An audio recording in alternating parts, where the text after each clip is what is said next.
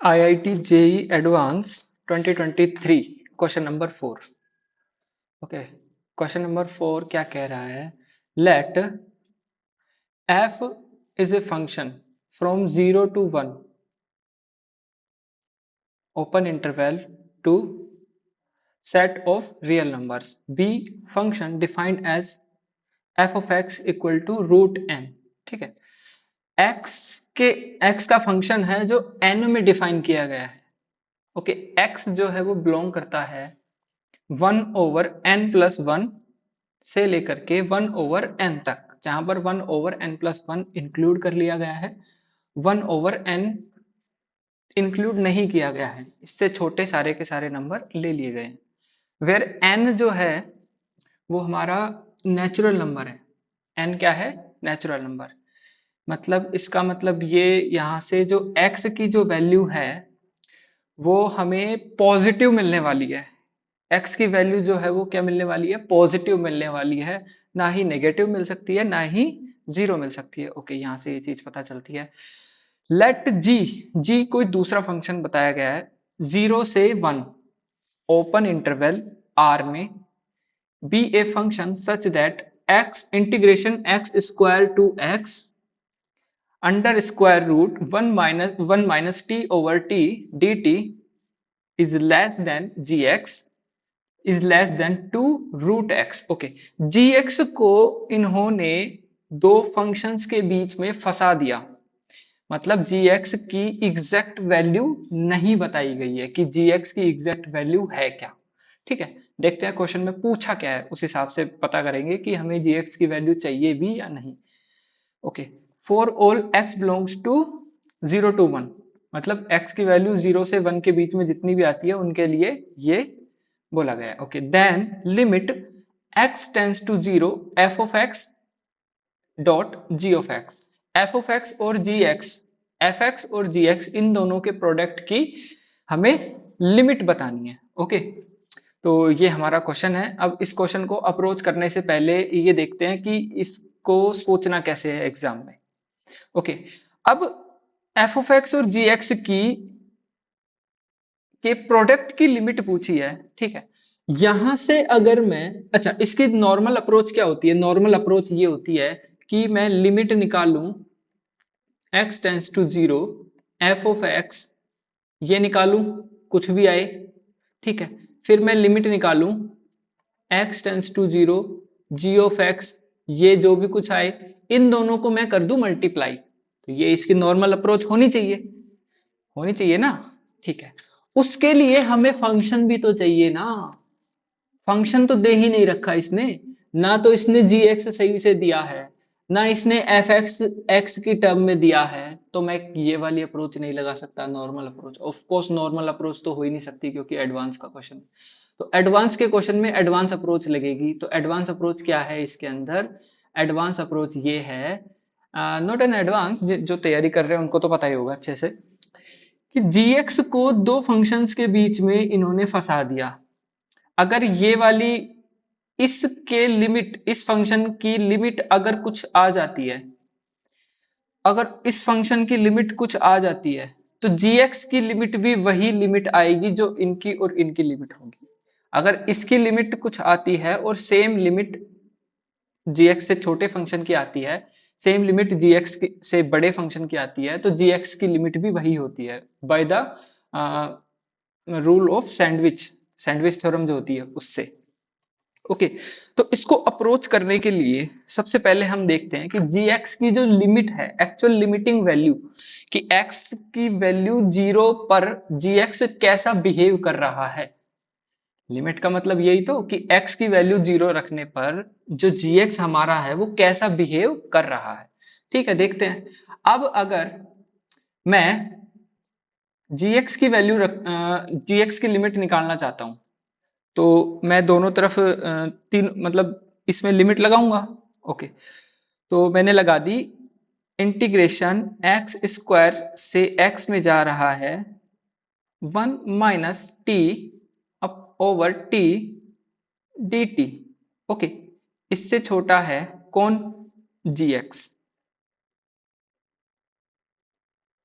Okay, किससे छोटा है, वो सॉरी बड़ा है इससे gx, और छोटा किससे है 2√x से। ओके, अगर मैं इसमें लिमिट एन टेन x tending to zero, x tends to zero लगा देता हूं, तो देखता हूं कि मेरी फंक्शन किस तरह का बिहेव रखता है। ओके, तो यहाँ पे मैंने लिमिट लगा दी, limit x tends to zero, यहाँ पर भी मैंने लगा दी limit x tends to zero, यहाँ पर भी मैंने लिमिट लगा दी limit x tends to zero. Okay, अब x टेंस टू जीरो लगाने पर, जीरो से जीरो में इंटीग्रेशन करने पर, तो ये पूरी की पूरी वैल्यू ही हमें जीरो मिल जाएगी। ठीक है, उसके बाद में limit x tends to zero g of x। अच्छा, इसमें जब x की वैल्यू जीरो के करीब में देखेंगे, x की वैल्यू जब जीरो के करीब जाएगी, तो ये जो रूट x है ये कहां जाएगा, ये भी तो जीरो पे ही जाएगा ना। तो ये क्या मिला यहां से 2 इंटू जीरो, क्या मिला, यहां से भी जीरो मिला। और कोई भी वैल्यू जो जीरो से बड़ी हो और जीरो से छोटी हो, क्या हो सकती है, वो सिर्फ जीरो ही हो सकती है। तो हम यहां से क्या चीज कंक्लूड कर देंगे, I can imply that limit x tend to zero g of x must be zero, must be zero. Okay, इसको थोड़ा सा इक्वल नहीं लिखते हैं, है ना, अभी के लिए लिख लेते हैं। बाकी ये gx जो है वो जीरो को टेंड करता है, इस तरह से इसको लिखा जाता है। चलो ठीक है, इतना तो हमें पता चला कि gx की लिमिट जीरो को जा रही है। ओके, अब देखते हैं f ऑफ x के बारे में। अब क्या हो कि मैं f ऑफ x को इसके साथ, जिस तरह से g ऑफ x की मैंने आसानी से लिमिट निकाल ली, क्या हो अगर मैं f ऑफ x को भी ऐसे ही किन्हीं दो फंक्शंस के बीच में फंसा दूं। क्या हो अगर मैं f ऑफ x को भी किन्हीं दो फंक्शंस के बीच में फंसा दूं, तो क्या हो। चलो, फंसाने से पहले हम देखते हैं कि f ऑफ x जो है वो x tend to zero, x tending to zero के पास किस तरह का बिहेव रखता है। ठीक है, अब हमें क्या देखना है, इन्वेस्टिगेशन क्या करनी है हमें, कि limit x tending to zero f of x का बिहेवियर कैसा है, का बिहेवियर कैसा है।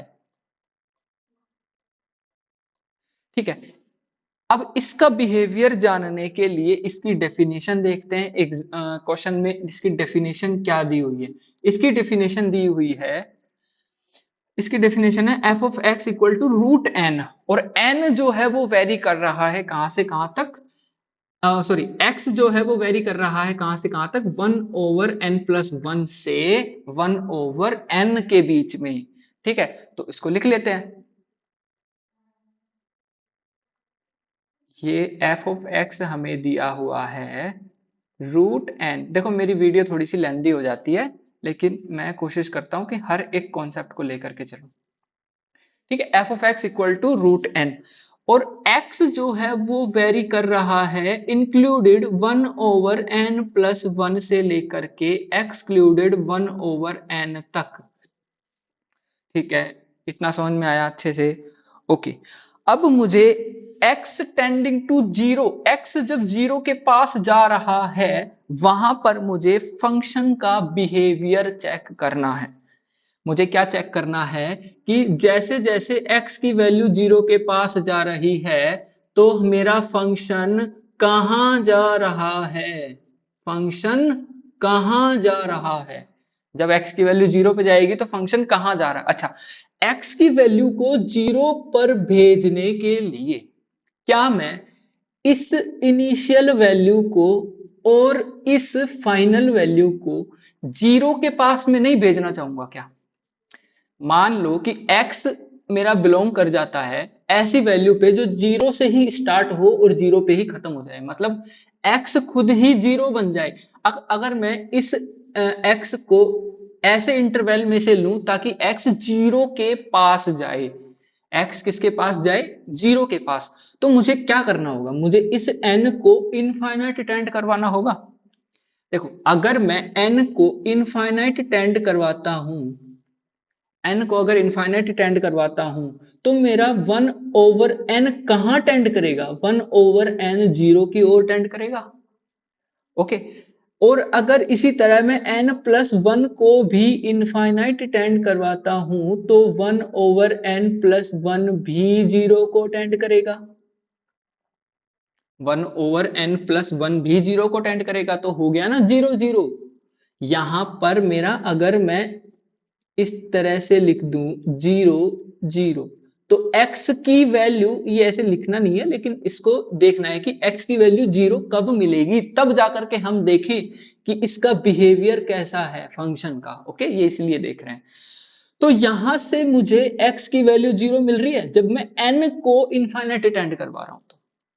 ठीक है, n को जब मैं इनफाइनाइट टेंड करवा रहा हूं तो इसकी वैल्यू मुझे कितनी मिल रही है? x की वैल्यू 0 मिल रही है, तो x की ही तो लिमिट निकालनी थी ना। ठीक है, अब देखते हैं कि f ऑफ x की लिमिट x टेंडिंग टू 0 पर क्या आ रही है? √n तो इसकी वैल्यू थी ही, और x 0 पर कब जा रहा है? जब n को इनफाइनाइट टेंड करवाया जा रहा है। दोबारा सुनना ध्यान से, x 0 पर कब जा रहा है? जब n को इनफाइनाइट टेंड करवाया जा रहा है। तो यहां से जो फंक्शन की लिमिट निकल करके आती है x टेंडिंग टू 0 पर, क्या वो इनफाइनाइट को टेंड नहीं कर रही? क्या वो इनफाइनाइट को टेंड नहीं कर रही? बिल्कुल करेगी इनफाइनाइट को टेंड। ठीक है, तो यहां से क्या पता चलता है कि x टेंडिंग टू 0 पर जो मेरा फंक्शन, कौन सा फंक्शन, gx जो था वो तो 0 को जा रहा है। ठीक है, लेकिन x टेंडिंग टू 0 पर जो फर्स्ट वाला फंक्शन है f ऑफ x, वो जा रहा है इनफाइनाइट को। ठीक है, ये इंफॉर्मेशन हमने यहां से निकाल ली, ये इतनी इंफॉर्मेशन यहां से हमने निकाल ली। ओके, अब देखते हैं क्वेश्चन पे। क्वेश्चन ने इन दोनों के प्रोडक्ट की लिमिट पूछी है। अरे भाई, दोनों की लिमिट तो पता चली गई ना, तो प्रोडक्ट कर दो इसका। कर देते हैं दोनों का प्रोडक्ट। दोनों का प्रोडक्ट हम कर देते हैं, एक सेकेंड।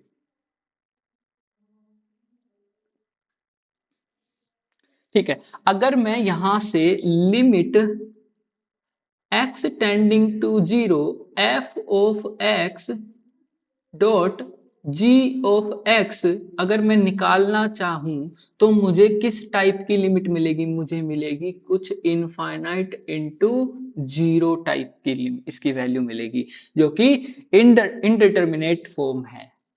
ठीक है, जो कि कौन सी फॉर्म है? इनडिटरमिनेट। इसका मतलब ये होता है कि इसको फर्दर सोल्व किया जाना चाहिए ताकि इसका कुछ रिजल्ट निकल करके आ सके। अभी ये पूरी तरह से सोल्व नहीं किया गया है। ठीक है, अच्छा, लिमिट के अंदर कभी ऐसा होता है ना कि अगर इस टाइप की इनडिटरमिनेट फॉर्म आ जाती है तो हम कोशिश करते हैं कि उस लिमिटिंग फंक्शन की वैल्यू या तो 0/0 टाइप की बन जाए या फिर इनफाइनाइट ओवर इनफाइनाइट टाइप की बन जाए। ठीक है, तब जाकर के हम वहां पर डी.एल. हॉस्पिटल रूल लगाते हैं। ठीक है, तो हम यहाँ पे क्या करना चाहेंगे? हम यहाँ पे डी.एल. हॉस्पिटल रूल लगाने के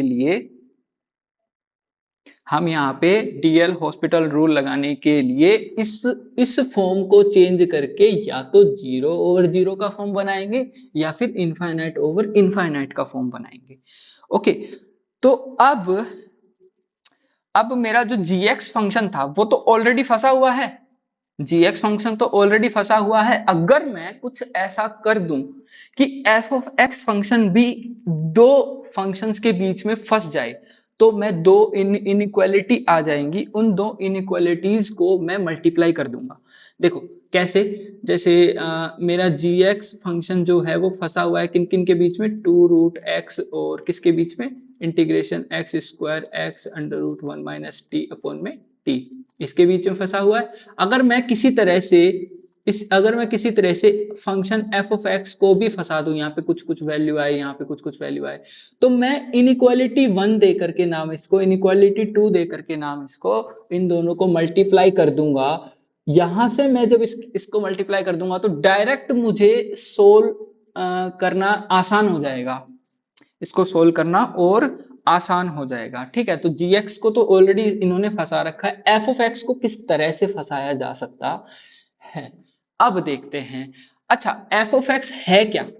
एफ ऑफ एक्स इन्होंने बोला क्या है? एफ ऑफ एक्स बोला है रूट एन, रूट एन बोला है ना एफ ऑफ एक्स की वैल्यू। चलो देखते हैं क्या किया जा सकता है इसके साथ में। ठीक है, तो एफ ऑफ एक्स की वैल्यू रूट एन दी हुई है। अच्छा, एक्स की वैल्यू जो है वो कहां से कहां तक है? 1/n+1 से 1/n के बीच में है। ठीक है भाई, चलो इसी को उठा लेते हैं। एफ ऑफ एक्स की वैल्यू क्या थी? एफ ऑफ एक्स की वैल्यू थी root n, f of x की वैल्यू थी रूट एन, और एक्स जो है वो आ रहा है इंक्लूडेड 1/n+1 से 1/n एक्सक्लूडेड। ओके, तो अब क्या करेंगे हम? अच्छा, इनइक्वालिटी बनाने की जरूरत है, तो x को इन दोनों के बीच में से ही तो लेना है ना। तो इसको हम लिख क्या सकते हैं? इसको हम लिख सकते हैं कि x की वैल्यू है, x की वैल्यू किस किस के बीच में है? n+1 greater than equal to x is less than equal to, sorry, less than equal to x less than not equal to, okay, 1/n। ये इनइक्वालिटी बन गई, ये इनइक्वालिटी बन गई अच्छे से। ओके, अब इस इनइक्वालिटी के बनने के बाद में मुझे अगर रूट एक्स चाहिए होता, अगर मुझे रूट एक्स चाहिए होता तो मैं यहीं से तीनों के एक साथ रूट लगा देता और बोल देता मेरा फंक्शन फंस गया 1/n+ इनके इन दोनों के बीच में। लेकिन मुझे क्या चाहिए? मुझे तो रूट एन चाहिए ना। मुझे क्या चाहिए? मुझे तो रूट एन चाहिए। अब रूट एन के लिए मैं क्या करूंगा? एन नीचे है, डिनोमिनेटर में है, इसको ऊपर लेके आएंगे। अच्छा, एन जो है वो क्या है? n एक नेचुरल नंबर है, इन्होंने बोला है, हमें क्वेश्चन में बोला है कि n क्या है? नेचुरल नंबर है। अगर n नेचुरल नंबर है तो उसका रेसिप्रोकल किया जा सकता है। n जो है नेचुरल, अच्छा n नेचुरल नंबर है, ये भी नेचुरल नंबर, ये भी नेचुरल नंबर, ठीक है। अब 1/, कुछ नेचुरल नंबर, 1/, कुछ नेचुरल नंबर, ये दोनों रेशनल्स हैं, और रेशनल्स के बीच में अगर x आ रहा है तो x का रेसिप्रोकल किया जा सकता है। x का रेसिप्रोकल कब नहीं किया जा सकता था? अगर मैं 1/x करूं और x की जगह में मैं अगर 0 लिख दूं, x की जगह में अगर 0 लिख दूं, देखो ना तो इसकी वैल्यू 0 हो सकती है, ना ही इसकी वैल्यू 0 हो सकती है। देखो मैथ्स में आधी मैथ्स तो वहीं पे खत्म हो जाती है जब 1/0 को हम हटा करके कैलकुलेशन करते हैं। ठीक है, सबसे बड़ा जो कांटा है मैथ्स में वो यही है, मैथ्स में मोए मोए हो जाता है जब 1/0 हो जाता है। ओके, तो 1/0 को अवॉइड करना होता है हर केस में। तो इस केस में x 1/0 को अवॉइड करने के लिए मैंने देखा कि x जो है जो दो रेशनल्स के बीच में आ रहा है। ओके, दो रेशनल्स के बीच में आ रहा है जो कि खुद ही पॉजिटिव रेशनल्स है, ये भी पॉजिटिव ये भी पॉजिटिव, तो ये नेगेटिव पॉजिटिव होता तो 0 आ सकता था, लेकिन नहीं, ये भी पॉजिटिव ये भी पॉजिटिव, तो x की वैल्यू पॉजिटिव रेशनल ही होगी, कभी भी 0 नहीं हो सकती। और अगर 0 नहीं हो सकती तो हम इसका रेसिप्रोकल कर सकते हैं। तो इसका रेसिप्रोकल क्या आ गया? इसका रेसिप्रोकल आ गया n+1 is greater than equal to 1/x is greater than n। अच्छा, जब रेसिप्रोकल किया जाता है तो जो इनइक्वालिटी का जो साइन होता है वो चेंज हो जाता है।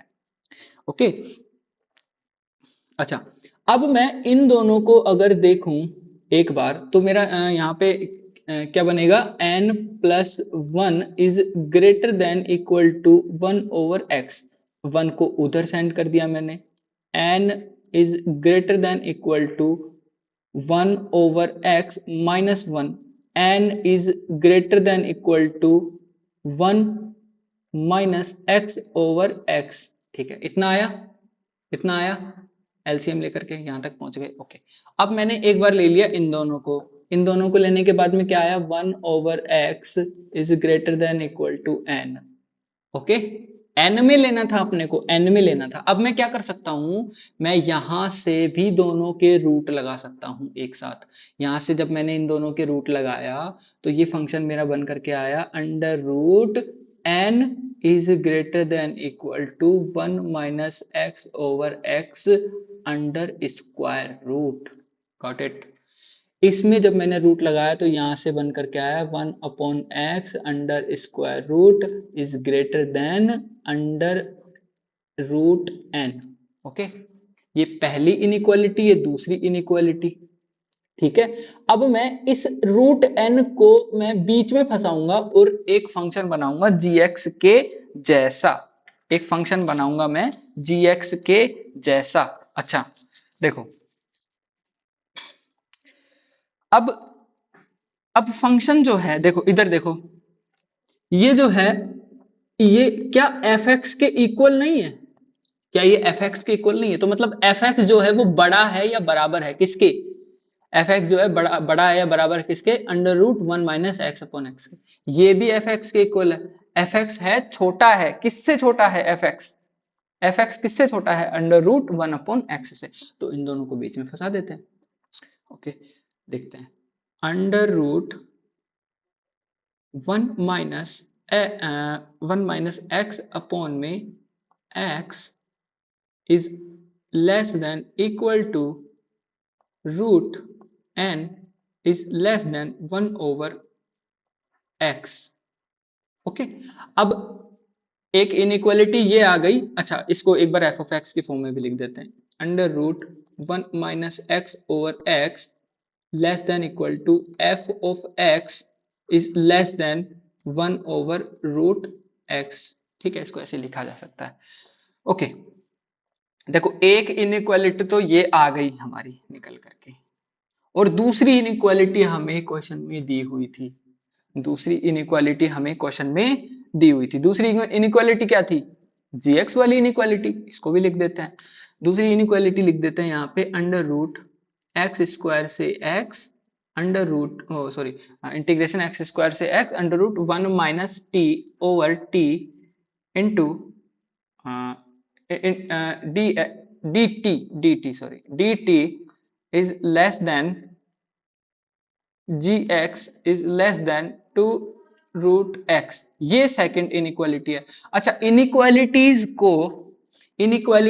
को मल्टीप्लाई किया जा सकता है. ठीक है, ये वाली जो चीज है वो मैं आपको इस क्वेश्चन के लास्ट में इसका कॉन्सेप्ट बताऊंगा. ठीक है, अगर किसी को देखना है तो लास्ट में जाकर के देख लेना.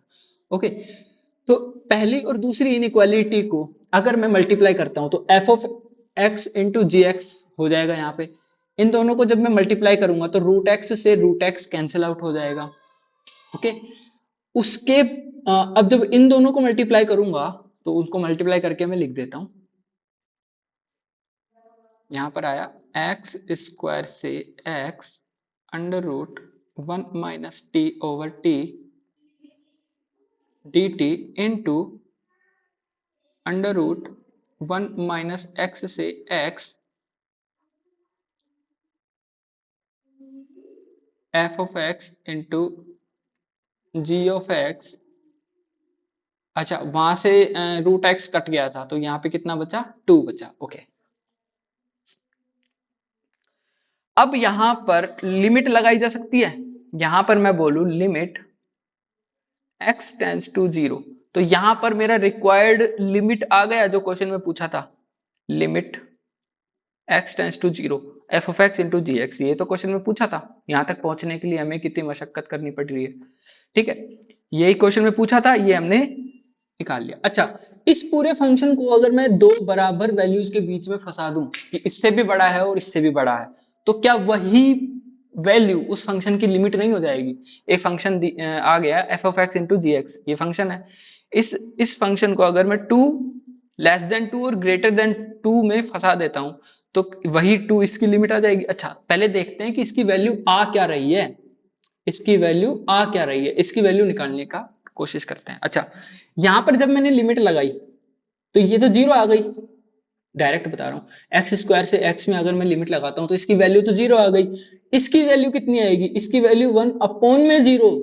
1 अपॉन में 0 मोई हो गया. नहीं करना था. अब नहीं करना था तो इसको 0 बाय 0 की फॉर्म में करना है, या इन्फिनिटी बाय इन्फिनिटी की फॉर्म में करना है. अच्छा, इसकी वैल्यू देख करके यूं नहीं बता सकते हम कि इसकी लिमिट एग्जिस्ट नहीं करती, क्योंकि इसकी लिमिट आ रही है 0 इंटू इन्फिनिटी, जो कि इनडिटर्मिनेट फॉर्म है। ओके, अगर 0 नहीं आता, इन्फिनिटी आता, तो हम कह सकते थे D N E does not exist, लेकिन यहाँ पे तो 0 इंटू इन्फिनिटी की फॉर्म में आ रही है। तो इसको इस तरह से अरेंज करेंगे ताकि 0 ओवर 0 की फॉर्म बन सके, या तो इन्फिनिटी ओवर इन्फिनिटी की फॉर्म बनाई जा सके। ओके, तो इसको थोड़ा सा रीअरेंज करते हैं। इसको रीअरेंज करने के लिए देखो, अगर मैं ऊपर लिख दूं एक्स स्क्वायर, अभी मैं सिर्फ इस पार्ट को सोल्व कर रहा हूं, ये पार्ट ऑलरेडी सोल्व किया जा चुका है।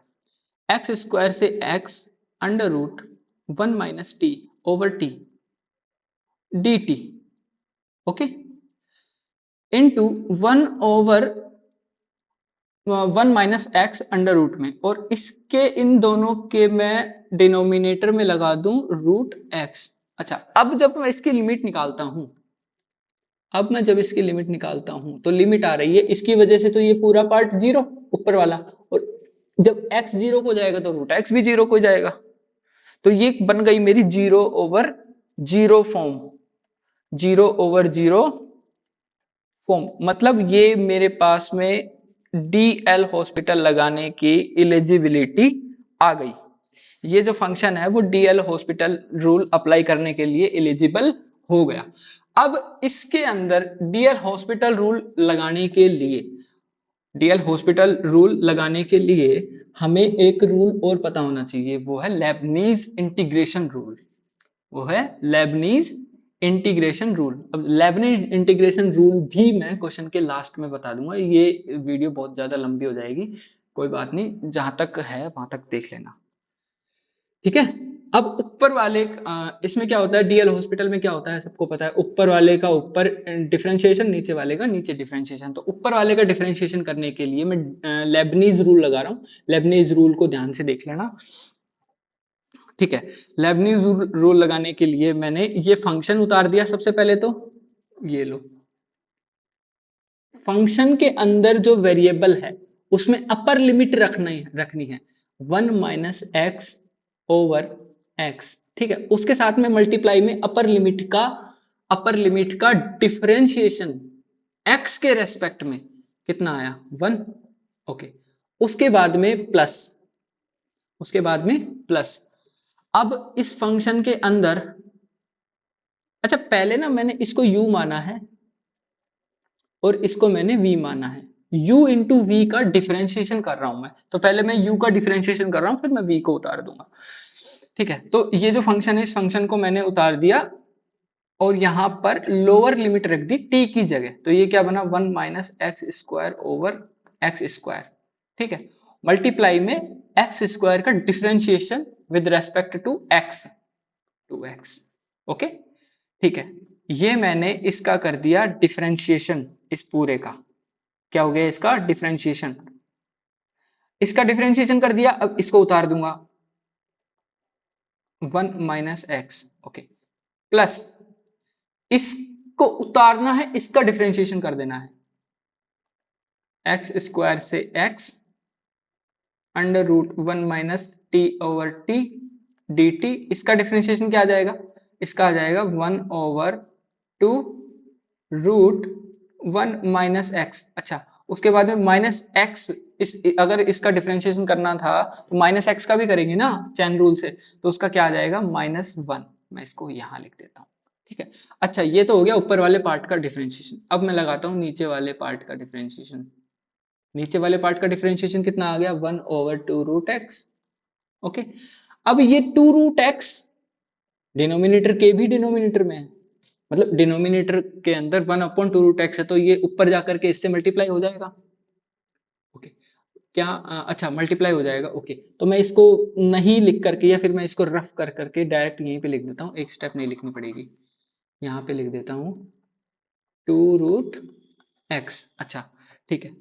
अब मैं इस रूट एक्स को अंदर मल्टीप्लाई कर देता हूं, देखो अब यहां पे लिमिट का खेल आएगा, लिमिट x टेंड्स टू, मैं थोड़ी सी शॉर्ट कर रहा हूं क्वेश्चन को शॉर्ट करने के लिए। देखो कुछ भी हो जाए, चाहे कुछ भी हो जाए, x limit x tends to 0 पर ये वैल्यू तो हमेशा ही 0 आएगी, चाहे कुछ भी हो जाए, किसी से भी मल्टीप्लाई कर दूं, किसी से भी डिवाइड कर दूं, ये जो वैल्यू है एक्स स्क्वायर से एक्स, ये x टेंस टू जीरो पर, जीरो से जीरो लिमिट कर करके ये वैल्यू तो हमेशा ही क्या कर देगा, जीरो कर देगा।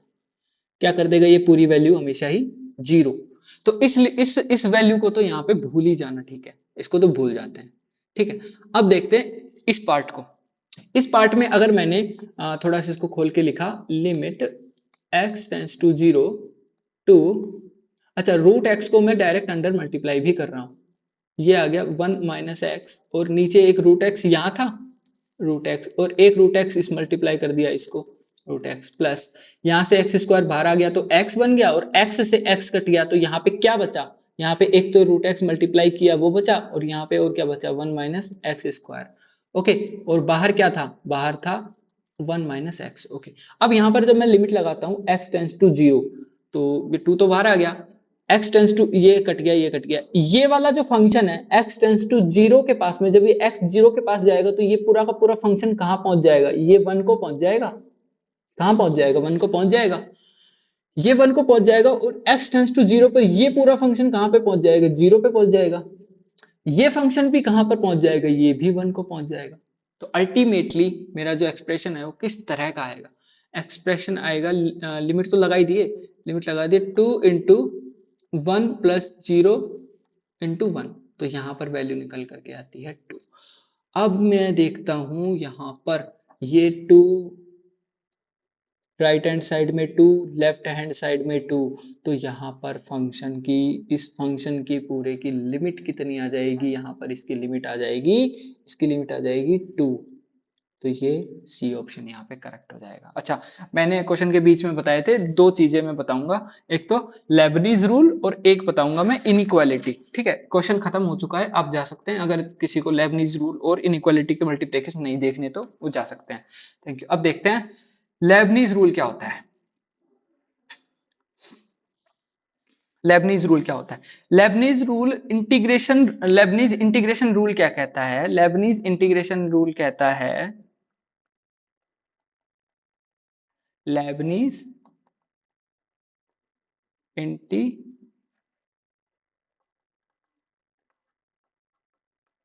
लेबनीज इंटीग्रेशन रूल, ठीक है। लेबनीज इंटीग्रेशन रूल क्या कहता है, integration a x B x. अच्छा, ये जो ए एक्स और बी एक्स है ना, मैं एक एक चीज समझाते हुए चलता हूँ, ध्यान से देखना। ए एक्स और बी एक्स है ना, या तो ये एक्स के फंक्शन है या फिर ये कांस्टेंट है। अच्छा, कांस्टेंट है तो क्या मैं उसको भी एक्स के फंक्शन बोल सकता हूँ, क्या दो एक्स का फंक्शन है, बिल्कुल हो सकता है, क्यों, क्योंकि 2x पावर 0 इसको लिखा जा सकता है, तो इसको भी तो एक्स का फंक्शन बोला जा सकता है।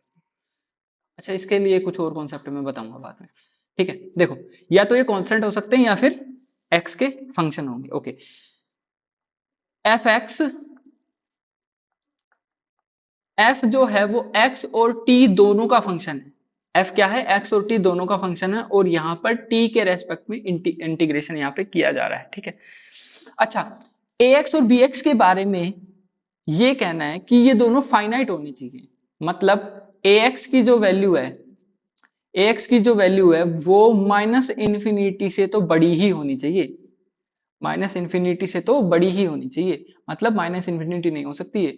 और जो बी एक्स की जो वैल्यू है वो छोटी होनी चाहिए इन्फिनिटी से, प्लस इन्फिनिटी से छोटी होनी चाहिए, ये भी अनंत पे नहीं जा सकती, ये भी अनंत पे नहीं जा सकती।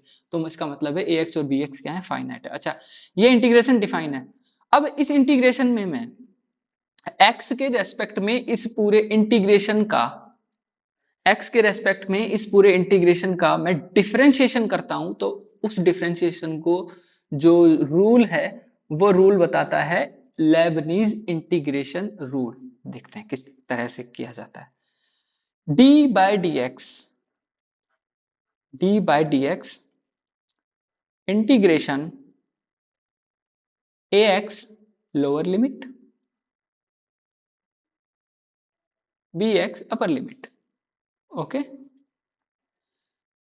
अंदर फंक्शन है क्या, f of x into t dx। Okay, इसका डिफरेंशिएशन x के रेस्पेक्ट में किस तरह से किया जाता है। ओके, सबसे पहले तो ये जो अंदर वाला फंक्शन, ये जो पूरा का पूरा अंदर वाला फंक्शन है, इंटीग्रेशन के अंदर वाला फंक्शन, इसका x के रेस्पेक्ट में x के रेस्पेक्ट में पार्शियल डिफरेंशिएशन किया जाता है। पार्शियल डिफरेंशिएशन मतलब x के अलावा जो भी है उसको कांस्टेंट मान करके डिफरेंशिएशन करना।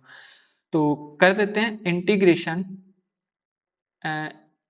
ax से bx डेल बाय डेल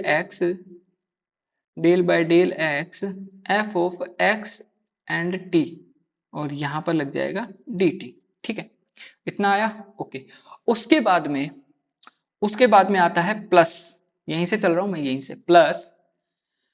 उसके बाद में क्या आता है, अंदर वाले फंक्शन में जहां जहां पर t है वहां पर अपर लिमिट की वैल्यू एज इट इज रख दी जाती है।